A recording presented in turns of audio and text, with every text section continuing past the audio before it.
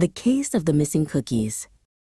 "Oh no," exclaimed Detective Dexter, his nose twitching. "The cookies from the kitchen have vanished. This is a case for us, Penny." Penny, his loyal kitten sidekick, nodded, her whiskers quivering with excitement. They began their investigation, following a faint trail of cookie crumbs that led right out of the kitchen. "Aha," said Dexter, pointing with his paw. "Clue number 1. The trail led them into the cozy living room, where Barnaby, a large bear, was reading a book. "Excuse us, Barnaby," Dexter said. "Have you seen where the cookies went?" Barnaby shook his head.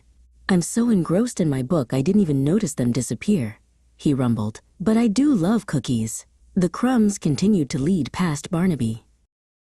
Following the crumbs out the back door, they found themselves in the garden, where a squirrel named Nutmeg was busily burying acorns. "Nutmeg, do you know anything about the missing cookies?" Penny asked. Nutmeg giggled.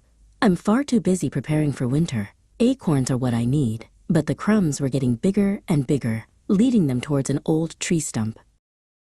Behind the stump, they saw a tiny hole, and there, next to it, was a tiny mouse named Pip, surrounded by even more cookie crumbs. "Oh, hello," squeaked Pip. "I was just gathering building supplies. I'm building a new cookie house for my family. It's going to be the tastiest house ever."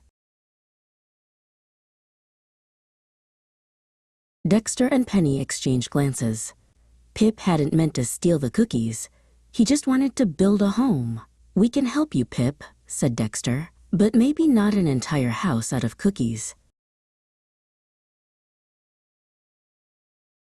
Instead, they shared the remaining cookies with Pip and his family. And then, all together, they helped Pip build a cozy, sturdy house out of twigs and leaves with a cookie roof. Everyone was happy, and the cookies were saved, partially.